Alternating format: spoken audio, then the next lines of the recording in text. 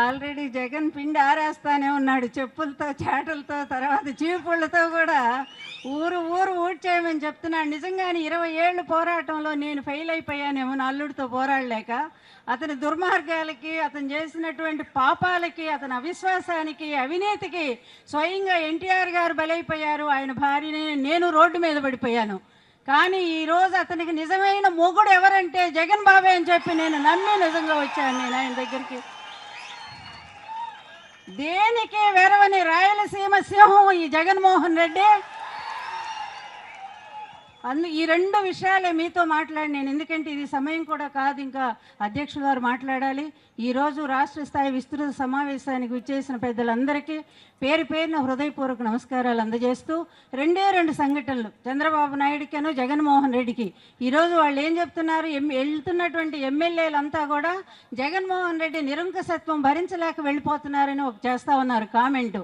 మీ అందరికీ తెలుసు, ఇప్పుడు చెప్పాడు తమ్ముడు నిలబడి మాట్లాడాడు, మీకు తెలుసు వాస్తవాలేంటో.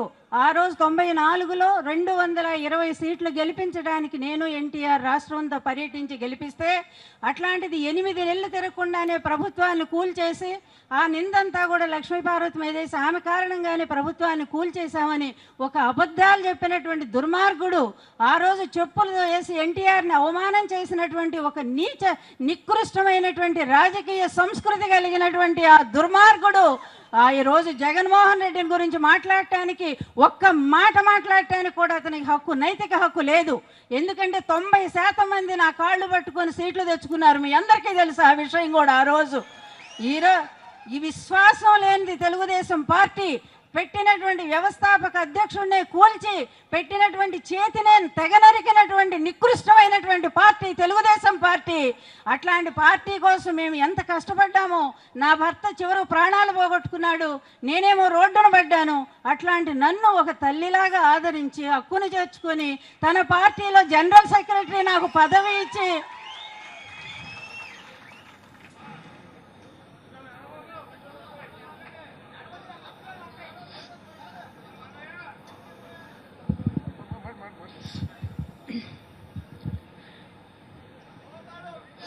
ఎంతమందికి పదవులు ఇచ్చామో మీకు తెలుసు. ఏం నిస్వార్థంగా ఒక్క రూపాయి ఆశించకుండా అందరికీ సేవ చేసిన అటువంటి మహానుభావుడినేమో పొట్టన పెట్టుకున్నారు. ఆయన భార్యనేమో రోడ్డు మీద వేశారు. ఈరోజు నా తండ్రి, నా కొడుకుతో సమానం నా బాబు జగన్మోహన్ రెడ్డి దగ్గరకు పిలిచి, అమ్మ నేనున్నాను నీ బిడ్డలాగా, నువ్వు నా పార్టీలో ఉండు, నీ గౌరవానికి ఏ లోటు రాదని చెప్పి ఆదరించిన ఈ బిడ్డ మీద నిందలేస్తుంది. ఆలోచించండి, ఈ బిడ్డ మీద నిందలేస్తుంది. ఎంత ప్రేమమయ్యి ప్రతి ఒక్కళ్ళని ప్రేమగా హక్కును చేర్చుకుంటాడే. ఇంకొకటి, మా కుటుంబంలో జరిగిన సంఘటన మీ అందరికీ తెలుసు. మా కొడుకు 2 హత్య కేసుల్లో ఇరుక్కుంటే ఆ రోజు అన్న దగ్గరికి వెళ్ళాను నేను, ఏడ్చుకుంటా కూడా. వాడి మీద ఉండే ప్రేమతో వెళ్ళాను నేను. ఆడంటే నాకు ఇష్టం. ఈ కుటుంబంలో అన్న దగ్గరికి వెళ్ళి, అన్న ఏదో వాడు తెలియక తప్పు చేశాడు, నువ్వు ఎట్లయినా సరే పెద్ద మనసుతో ఎన్టీఆర్ గౌరవాన్ని కాపాడన్నా అంటే ఆ మహానుభావుడు ఎక్కడున్నాడో 2 చేతులెత్తి దండం పెడుతున్నాను నిజంగా వైఎస్ రాజశేఖర రెడ్డి గారికి. ఆయన నిండు మనసుతో నిజంగా అమ్మ సరేలే అది ఎట్లా ఉంటుందో చూద్దామని చెప్పి, ఏం జరిగిందో నాకు తెలియదు కానీ కేసు లేకుండా అయిపోయింది. ఈరోజు దర్జాగా తిరుగుతూ మళ్ళీ జగన్మోహన్ రెడ్డి మీదే నిందలేస్తున్నటువంటి ఒక దుర్మార్గమైనటువంటి ఈ కుటుంబంలో నిజంగా ఎందుకు ఎన్టీఆర్ గారు లాంటి మహానుభావుడు ఆ కుటుంబం నుంచి వచ్చాడో నాకు తెలియదు కానీ ఆయన ఉత్తముడైన ఆ కుటుంబంలో మాత్రం అప్రయోజకులైనటువంటి వాళ్ళు పుట్టారు. అందుకే అటువంటి అల్లుళ్ళు కూడా వచ్చారేమో అని చెప్పి అనిపిస్తూ ఉంది నాకు.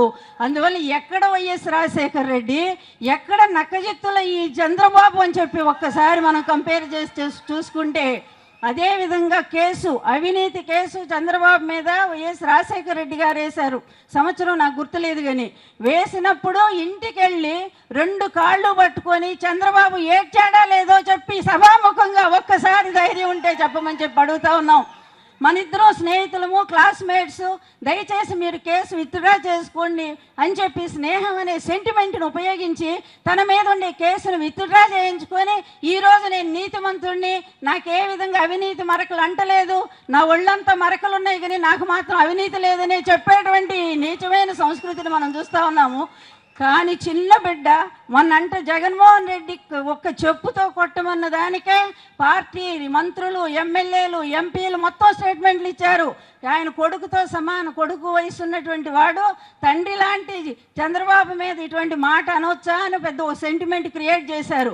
మేము అదే అడుగుతున్నాము, నీ కొడుకు వయసు ఉన్నటువంటి జగన్మోహన్ రెడ్డి ఏం తప్పు చేశాడని నువ్వు సోనియా గాంధీ కాళ్ళు చీకట్లో పట్టుకొని నా కొడుకు మీద నువ్వు ఎందుకు కేసు వేయించావని చెప్పి మేము ఈ సభాముఖంగానే అడుగుతా ఉన్నాం. మేము ఆ బాబు అవినీతి చేశాడా? ఏది ఇన్ని సంవత్సరాలైనా కూడా ఒక్క కేసు కూడా ప్రూవ్ చేయలేనటువంటి మీరు ఇన్ని ఆరోపణలు చేసిన ప్రతి దానికి మౌనంగా సహిస్తూ బాధనంతా గుండెల్లో పెట్టుకొని ఓడించిన తను పార్టీ పెద్ద పదవి ఇస్తానన్నా కూడా కాంగ్రెస్ పార్టీ వద్దనుకొని కేవలం ఒక్క మాట కోసం నిలబడ్డటువంటి జగన్మోహన్ రెడ్డి గొప్పవాడా?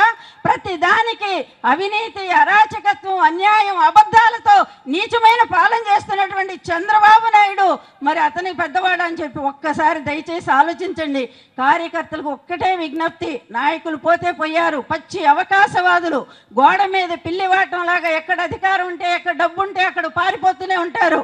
కానీ నిజమైనటువంటి వాళ్ళు ప్రజాసేవ చేసేటువంటి నాయకులు మాత్రం ఈ వ్యవస్థలో మనకి చాలా తక్కువగా ఉన్నారు. అటువంటి తక్కువ మందిలో ఒకే ఒక్కడుగా మనకి జగన్మోహన్ రెడ్డి ఒక్కరే ఉన్నారు నిజమైనటువంటి నాయకుడు. ఆయన నిలబెట్టుకుంటే ఎంత మంచి భవిష్యత్తు ఈ రాష్ట్రానికి వస్తుందో అది మాటలతో చెప్పలేము. అందువల్ల దయచేసి ఎవ్వరు కూడా మనము అధైర్యపడాల్సిన అవసరం లేదు. జగన్మోహన్ రెడ్డి లాంటి మంచి నీతిమంతుడైన నాయకుడు మనకు దొరకటం మన అదృష్టంగా భావిస్తూ నేను సెలవు తీసుకుంటాను. జై జగన్.